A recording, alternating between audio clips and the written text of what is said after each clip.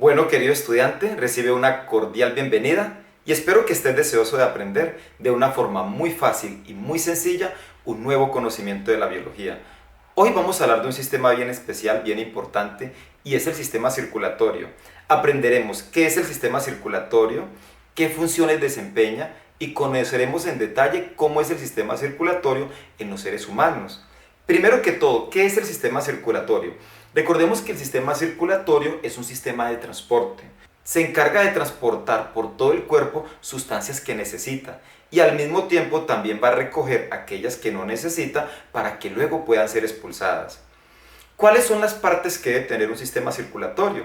Un sistema circulatorio debe tener tres partes fundamentales. Mire, por un lado debe tener una bomba o un corazón, que es la que va a hacer que la sangre permanezca en circulación. También debe tener un líquido, o en este caso la sangre, que es el sistema de transporte. A través de este líquido es que se van a transportar todas las sustancias que el cuerpo necesita. Y por otro lado debe tener un sistema de vasos conductores o unos vasos sanguíneos, que es por donde va a transitar la sangre con todas aquellas sustancias que deben de ser o que deben recorrer todo el organismo. Ahora, ¿qué funciones debe desempeñar un sistema circulatorio? Por un lado, el sistema circulatorio debe de transportar oxígeno por todo el cuerpo. Entonces, ¿qué hace el sistema circulatorio? Pues nuestro cuerpo, todas nuestras células necesitan oxígeno para poder vivir, porque gracias al oxígeno se hace la respiración celular y se obtiene la energía en forma de ATP, que es lo que mantener vivas todas nuestras células, todos nuestros tejidos y todos nuestros órganos. Entonces, como los pulmones no pueden bajar a todo nuestro cuerpo a entregarles oxígeno, el sistema circulatorio se va a encargar de eso. Va a entrar a nuestro sistema respiratorio y va a tomar oxígeno para entregarle a todo el cuerpo. Cuando el cuerpo haga su respiración celular, va a producir naturalmente dióxido de carbono. El sistema circulatorio se encargará de recoger ese dióxido de carbono para que luego pueda ser expulsado nuevamente por el sistema respiratorio. Primera función. Segunda función, se va a encargar de llevar sustancias nutritivas a todo el cuerpo. El sistema circulatorio pasará por el sistema digestivo y una vez que le hemos hecho digestión a los alimentos, esas sustancias nutritivas pasarán al sistema circulatorio, es decir, a la sangre, se repartirán por todo el cuerpo y una vez que las células de nuestro cuerpo usen esos alimentos y hagan su metabolismo, pues van a producir sustancias de desecho, por ejemplo como la urea. El sistema circulatorio ahora va a recoger todas esas sustancias de desecho y las va a llevar al sistema excretor. ¿Para qué? Pues para que puedan ser expulsadas al exterior. Otra función muy importante, se encarga también de llevar hormonas a donde el cuerpo lo necesita. Por ejemplo, mire, nosotros en nuestro cerebro tenemos una glándula que se llama la glándula pineal. Esa glándula produce varias hormonas, entre ellas, por ejemplo, produce la somatotropina, que es la hormona del crecimiento de los niños.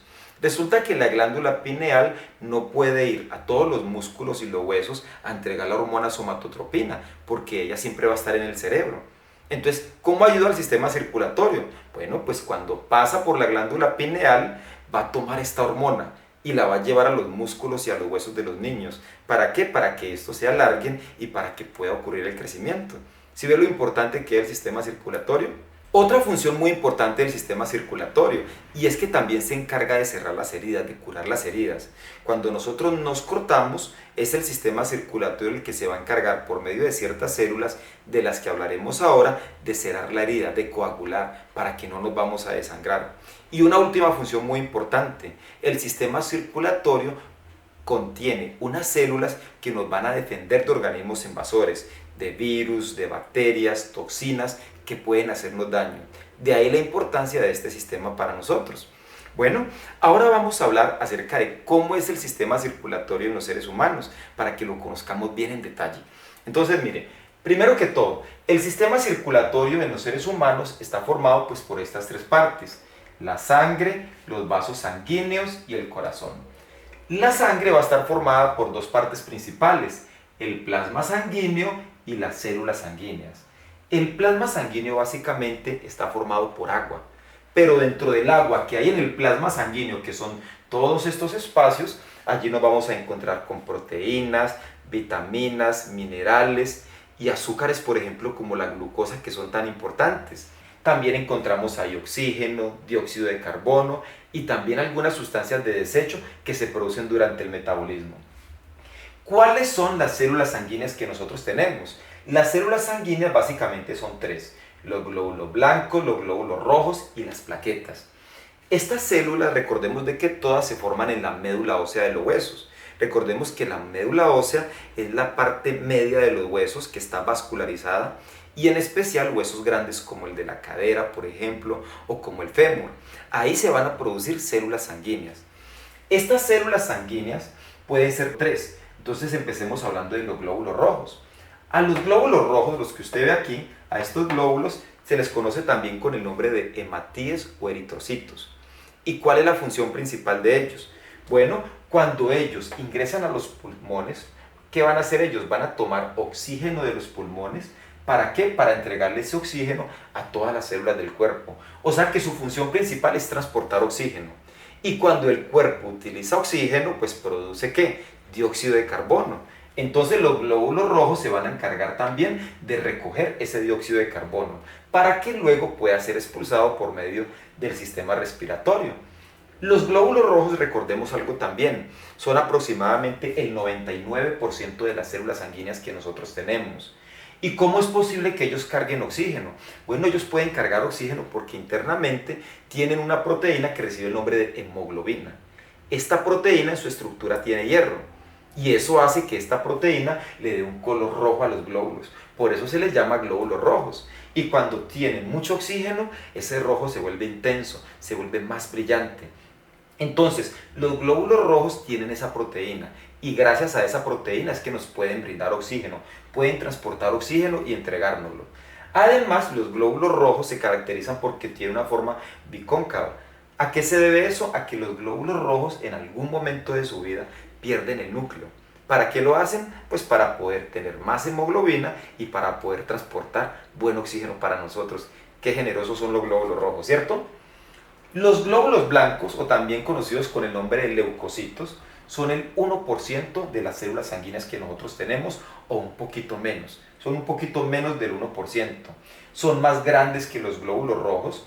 ¿Y la función de los glóbulos blancos cuál es? La función de ellos es defendernos de organismos invasores, virus, bacterias e incluso algunas toxinas. Y hay varias clases de glóbulos blancos, como usted puede ver, pero la función de todos ellos es defendernos de organismos invasores. La tercera célula sanguínea que nosotros tenemos son las plaquetas. A las plaquetas también se les da el nombre de trombocitos. Básicamente no son células, sino que son fragmentos de otras células más grandes que reciben el nombre de megacariocitos. ¿Y cuál es la función de las plaquetas? Pues la función de las plaquetas es coagular las heridas. Entonces, cuando nosotros nos cortamos, pues en un momento vamos a botar sangre, pero luego la herida se va a coagular, se va a sellar y no va a botar más sangre. Eso es gracias a las plaquetas, porque ahí donde hubo el corte, ahí empieza un proceso de coagulación. Y eso es importante. Por eso cuando a una persona le van a hacer una cirugía, ¿qué hacen? Le miden los niveles de plaquetas. ¿Para qué? Pues para que cuando se haga la incisión, la persona no se vaya a desangrar, sino que esos vasitos que se van rompiendo también se vayan sellando de forma natural. Entonces, ahí tenemos las tres células sanguíneas. Vamos ahora a hablar de los vasos sanguíneos. Nosotros tenemos en nuestro cuerpo, en nuestro sistema circulatorio, tres tipos de vasos sanguíneos. Tenemos las arterias, tenemos los capilares y tenemos las venas. Las arterias son un poquito más grandes que las venas y son más elásticas. Y básicamente las arterias van a tener dos cosas que las van a diferenciar de las venas. Mire, una es que las arterias sacan sangre del corazón para el cuerpo. O sea, la sangre siempre saldrá del corazón por una arteria y se distribuirá por todo el cuerpo. Lo otro, las arterias sirven para transportar sangre que es rica en oxígeno. O sea, por las arterias siempre habrá sangre con oxígeno. Como los glóbulos rojos, cuando tienen oxígeno, se vuelven de un color rojo intenso más brillante, siempre las arterias se van a representar de color rojo, porque están cargadas de oxígeno. Solamente hay una excepción, solo hay una arteria que en los dibujos no viene de color rojo, sino de color azul, porque es la única que no tiene oxígeno. Ya luego vamos a hablar de ella y la vas a conocer más en detalle. Bueno, entonces, las arterias, ¿qué van a hacer luego? Se van a dividir en arterias más pequeñas, que reciben el nombre de arteriolas. Esas arteriolas luego se van a dividir en otros vasos más pequeñitos todavía. Incluso pueden llegar a tener el grosor, por ejemplo, como de un cabello. Esos vasos sanguíneos más chiquiticos que tenemos se llaman los capilares sanguíneos. Esos capilares son tan pequeños que por un capilar sanguíneo solo puede transitar un glóbulo rojo a la vez. Y esos capilares sanguíneos se van a regar por todo nuestro cuerpo y son ellos los que se van a poner en contacto con cada una de las células. Y cada vez que esos capilares pasen, pues le van a entregar a la célula, ¿qué? Le van a entregar oxígeno, sustancias nutritivas, todo lo que ellas necesiten. Y a medida que las células empiezan a utilizar esas sustancias nutritivas, pues van a empezar a darle a esos capilares, pues dióxido de carbono, que va a ser tomado por los glóbulos rojos, le van a entregar sus desechos para que luego sean expulsados. Por eso usted ve que los capilares aquí empiezan a cambiar de color. Acá tienen sangre rica en oxígeno, pero aquí ya tienen sangre que está llena de dióxido de carbono. Cuando la sangre o cuando los glóbulos rojos se llenan de dióxido de carbono, se vuelven más oscuros. Por esa razón en los libros se van a representar las venas de color azul. ¿Por qué? Porque tienen sangre que está llena de dióxido de carbono. Resulta que ahora los capilares empiezan a unirse y empiezan a formar vénulas. Luego las vénulas se van a conectar con las venas. Las venas, en este caso, pues van a ser diferentes a las arterias. Se van a diferenciar en dos cosas. ¿En qué dos cosas se van a diferenciar? Mire, mientras las arterias sacaban la sangre del corazón a todo el cuerpo, ¿qué hacen las venas? Pues lo contrario, llevan la sangre de todo el cuerpo de regreso al corazón. Además de eso, mientras las arterias tenían sangre rica en oxígeno, las venas tienen sangre rica en dióxido de carbono. Por eso se representan de color azul. Solamente hay una vena que se representa de color rojo y ahora la vamos a conocer mejor y vamos a saber por qué. Bueno, estos son los vasos sanguíneos. Ahora vamos a hablar acerca del corazón. Primero que todo vamos a recordar que el corazón es como una bomba. ¿Por qué? Porque pues va a impulsar. ¿Qué va a impulsar? Pues va a impulsar sangre por los vasos sanguíneos para que puedan cumplir con su objetivo, que es entregar oxígeno y nutrientes. El corazón de nosotros, los seres humanos, está hecho por 4 cavidades. 2 cavidades superiores que vemos aquí, que reciben el nombre de aurículas. La aurícula derecha y acá tenemos la aurícula izquierda. Y abajo tenemos 2 ventrículas, el ventrículo derecho, y el ventrículo izquierdo.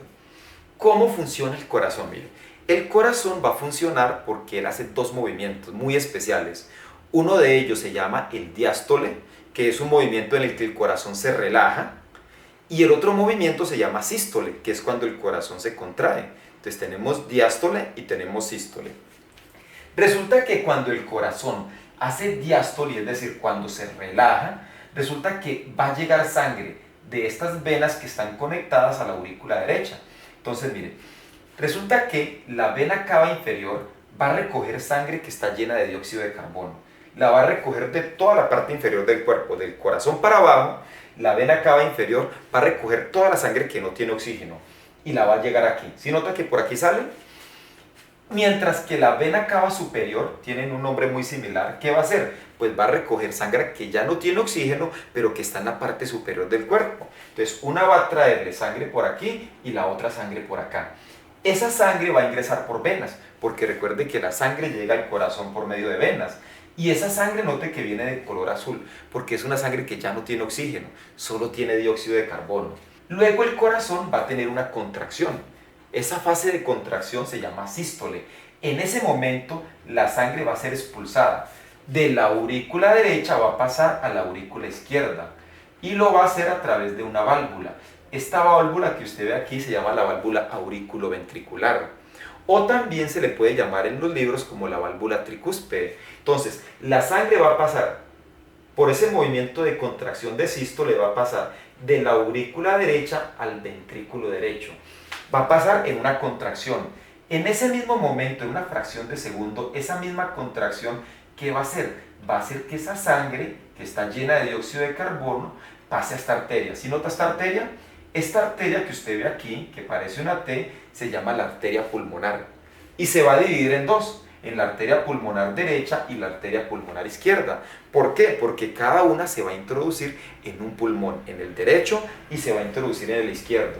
Y también va a pasar por una válvula. Esta válvula se le conoce como la válvula pulmonar o también se le conoce como la válvula semilunar. ¿Y cuál es el objetivo de esa válvula? Pues de que la sangre no se nos vaya a devolver. Entonces resulta que una vez que la sangre ha salido por las arterias pulmonares y se ha introducido en los pulmones, resulta que ahora en los pulmones los glóbulos rojos, nuestra sangre, empieza ahora a dejar allí el dióxido de carbono para que pueda ser expulsado. Y así como va dejando el dióxido de carbono, esos glóbulos rojos se empiezan a llenar de oxígeno. Y ese oxígeno, esa sangre oxigenada, esos glóbulos rojos oxigenados, ¿qué van a hacer ahora? Pues deben devolver nuevamente al corazón. Recordemos de que ya no lo van a hacer por esta arteria, porque se combinarían las dos sangres. Ahora va a entrar por las venas pulmonares. Habrían dos venas pulmonares derechas y dos venas pulmonares izquierdas. Ambas, note estos agujeros, ambas van a llegar a la aurícula izquierda. ¿Cuándo van a llegar? Pues cuando la aurícula izquierda haga diástole, en ese momento entonces se va a llenar de sangre. Cuando el corazón se relaje y hace diástole, entonces se va a llenar de sangre la aurícula izquierda. Y luego seguidamente, en una fracción de segundo, va a ser el segundo movimiento, que es el sístole, o sea, el movimiento de contracción. Y en ese movimiento de contracción, la sangre de la aurícula izquierda pasará al ventrículo izquierdo. En este momento, ahora ese movimiento de contracción es más potente porque este músculo es más grueso en este lado. Por eso es que el corazón se siente más hacia la izquierda que hacia la derecha, aunque él se encuentra en la mitad, porque el movimiento aquí va a ser más potente. ¿Por qué es más potente? Porque en ese movimiento la sangre no solo pasa de la aurícula izquierda al ventrículo izquierdo, sino que también va a pasar a la arteria aorta. Si nota, va a pasar aquí. Cuando pase de la aurícula a la ventrícula, lo va a hacer a través de una válvula. Esta válvula también se llama la válvula auriculoventricular, pero también tiene otro nombre, se le conoce como la válvula mitral. Y cuando la sangre vaya a pasar por la arteria, tiene que atravesar otra válvula. Esa válvula, recuerden que es para que la sangre no se devuelva. Esta válvula se le conoce como la válvula aórtica o la válvula semilunar. Entonces la sangre va a pasar ahora de aquí a la arteria aorta en un movimiento muy fuerte, por eso el movimiento aquí es más fuerte y el músculo es más grueso, porque de aquí se tiene que distribuir ahora a todos los lugares del cuerpo. Una de las arterias va para los miembros superiores, otra va para la cabeza, otra va para los miembros inferiores. Y note que la sangre que ha ingresado aquí es de color rojo. ¿Por qué? Porque ahora está rica en oxígeno. Y esa sangre rica en oxígeno va a llegar a todos los rincones del cuerpo, para que todas las células puedan hacer respiración celular y de esa forma puedan obtener energía. Eso para hablar de esta parte acerca del corazón, de sus partes y cómo funcionan. Resulta que para que el corazón funcione bien, es indispensable que él haga dos movimientos. ¿Recuerda cuáles son? El movimiento de relajación, que es donde se llenan de sangre las dos aurículas, que se llama diástole ese movimiento, y el movimiento de contracción, que se llama sístole, que es para que la sangre pueda ser expulsada. De aquí va para los pulmones y por este lado va para el resto del cuerpo. Ese movimiento debe ser sincronizado. ¿Quién lo va a sincronizar? Mire, aquí en este lado nosotros tenemos algo que se le conoce con el nombre de un marcapaso. ¿Qué hace ese marcapaso? Ese marcapaso va a enviar unos impulsos eléctricos y esos impulsos eléctricos son los que hacen que el corazón palpite, que se relaje y se contraiga, se relaje y se contraiga. ¿Cómo va a ser ese movimiento? El corazón va a hacer aproximadamente 70 contracciones por minuto, ¿se imagina? O sea que un poquitico menos de un segundo se demora todo este movimiento. Y mire todo lo que puede hacer para nosotros. Resulta que ese movimiento de sístole y diástole también es muy importante, porque permite que se pueda también conocer la presión arterial de las personas. ¿Cómo se hace? Resulta que la presión siempre se mide en dos números. Uno corresponde a la fase sístole. Ese va en la parte de arriba, que es 120. Normalmente esa presión sistólica, la de contracción, debe de ser de 120 y es el movimiento más fuerte. Mientras que la diástole hace un movimiento, digamos, menos fuerte. En este caso la presión sería de 80 milímetros de mercurio. Si una persona tiene estos datos en la presión, 120 de presión, 120 milímetros de mercurio en el sístole y 80 en el diástole, quiere decir que su presión arterial se encuentra bien, o si es un poquitico menos, no hay problema. Pero cuando esa presión aumenta, por ejemplo, a 140 o aumenta a 90, quiere decir que la presión arterial se encuentra alta y quiere decir que nuestra salud se encuentra en riesgo. Ahora viene la pregunta, ¿por qué se pone alta la presión arterial? Miren, en la mayoría de los casos eso se debe a una afección que recibe el nombre de arteriosclerosis. ¿Qué es la arteriosclerosis? Es el endurecimiento de las arterias. Y eso se debe a unas placas de colesterol que se van formando en las arterias. Puede ser en las arterias del corazón que se formen esas placas, o puede ser también en arterias de otros lugares de nuestro cuerpo. ¿Por qué se van a producir esas placas de grasa o por qué se van a endurecer las arterias? Mire, hay varias razones. Primero, una dieta obviamente poco saludable, colesterol malo, colesterol de alta densidad. Entonces, ¿qué va a ocurrir? Pues eso se va a ir amontonando en nuestras arterias, las va a ir obstruyendo y la sangre ya le va a costar pasar por allí. Puede ser por la obesidad, puede ser también por la edad, puede ser por el tabaquismo, por el consumo de alcohol, incluso el estrés. Puede hacer que nuestras arterias se endurezcan y puede hacer que nosotros luego tengamos afecciones. ¿Qué cosas nos pueden pasar? Bueno, pues si la sangre no puede pasar bien por acá o por otra arteria, pues el corazón aumenta la presión, tiene que hacer más fuerza. Y eso aumenta la presión cardíaca y eso puede hacer que se produzcan derrames, que se rompan algunas arterias que no aguanten la presión y que ocurra un derrame. Puede ser en un miembro superior, en un miembro inferior, o puede ser en la misma cabeza, que ya sería más complicado si eso llegara a pasar en una arteria de la cabeza. Se pueden producir trombos de sangre. Cuando la sangre se queda quieto en un lugar, se puede volver en un trombito de sangre, y ese trombito pues puede producirnos a nosotros una trombosis en alguna parte de nuestro cuerpo. Se pueden producir infartos, puede taponarse tanto al punto de que la presión interna es tan grande porque entra sangre, pero no tiene por dónde salir, que el corazón se infarta, se rompe alguna parte del corazón o se rompe alguna de las arterias. ¿Sí nota todo lo que puede pasar? ¿Cómo nosotros podemos evitar esto? Pues bueno, hagamos todo lo contrario. Si en lugar de comer colesterol malo, consumimos grasas saludables, por ejemplo las que están en vegetales como el aguacate, por ejemplo, como el coco, el aceite de oliva o en los frutos secos, pues obviamente ese colesterol bueno es lo importante porque de una forma u otra nos puede ayudar a limpiar las arterias. Se adhiere al colesterol malo y puede ir empezando a limpiarnos de a poquitos. También si nosotros evitamos el tabaquismo, el alcohol, si llevamos una vida más tranquila, no nos estresemos por todo, no peleemos con todo el mundo, no nos enojemos por todo, porque eso también hace que nuestro sistema circulatorio empiece a sufrir, que empiecen a endurecerse en las arterias y eso luego puede traer otras enfermedades, entonces a llevar una vida tranquila. Bueno, ahora vamos a hablar de otra cosa bien especial. Vamos a hablar acerca de los dos tipos de circulación que tenemos en nuestro cuerpo. Recuerde que nosotros tenemos circulación mayor y circulación menor. A la circulación mayor también se le conoce como circulación general o sistémica.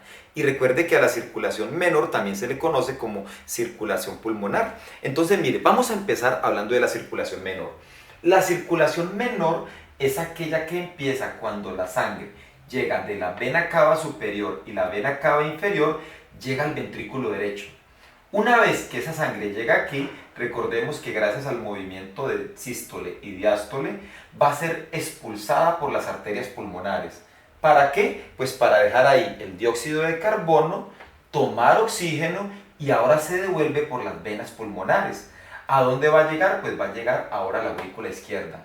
Ese momento en el que la sangre ingresa a la aurícula, de la arteria pulmonar ingresa al pulmón y de las venas pulmonares nuevamente regresa al corazón, eso se le conoce como circulación pulmonar o circulación menor. Entonces, si notan, la sangre llega al corazón por las arterias, va a los pulmones, deja el dióxido de carbono, toma oxígeno y vuelve otra vez al corazón para que pueda ser impulsada en todo el cuerpo. Esa es la circulación menor. ¿Cómo es la circulación mayor? Una vez que la sangre rica en oxígeno ha llegado aquí a la aurícula izquierda, es expulsada al ventrículo izquierdo, de ahí pasa la arteria aorta. Una vez que pasa la arteria aorta se va a regar. Entonces, una va para el cerebro, otra parte de la arteria va para los miembros superiores, otra va para los miembros inferiores. Y en ese recorrido, ¿qué va a hacer la sangre? Pues va a ir rica en oxígeno, le va a entregar oxígeno a los tejidos para que puedan respirar, para que puedan hacer su metabolismo y van a recoger dióxido de carbono. Cuando llega al sistema digestivo, va a tomar sustancias nutritivas y se la va a entregar también a los tejidos. Y luego de los tejidos va a recoger sustancias de desecho. Y cuando llegue al sistema excretor, en especial a los riñones, allí van a dejar todas las sustancias de desecho. Ya esa sangre que ha hecho de todo, ha entregado oxígeno, ha recogido dióxido de carbono, ha tomado nutrientes, ha expulsado desechos, ahora nuevamente vuelve al corazón para volverse a cargar nuevamente de oxígeno. Esa circulación que acabamos de describir, que le va a dar la vuelta a todo el cuerpo, esa circulación se le conoce como circulación mayor, o también se le conoce con el nombre de circulación general o circulación sistémica. Esos son los dos tipos de circulación que tenemos. Bueno, yo espero que esta clase haya sido de tu agrado. Si no te has suscrito a mi canal, considera la posibilidad de hacerlo. Seguro que vamos a aprender mucho. También te invito a dejar tu comentario. Si hubo algo de lo que no hablamos en esta clase, pues te invito a que nos hagas tu aporte. Es un sistema muy complejo y hay cosas que son importantes y de pronto no se mencionaron hoy, pero qué bueno que tú nos la dejaras en tu comentario. También te invito a que compartas este video y te invito a que veas más clases conmigo, a que compartamos otras clases.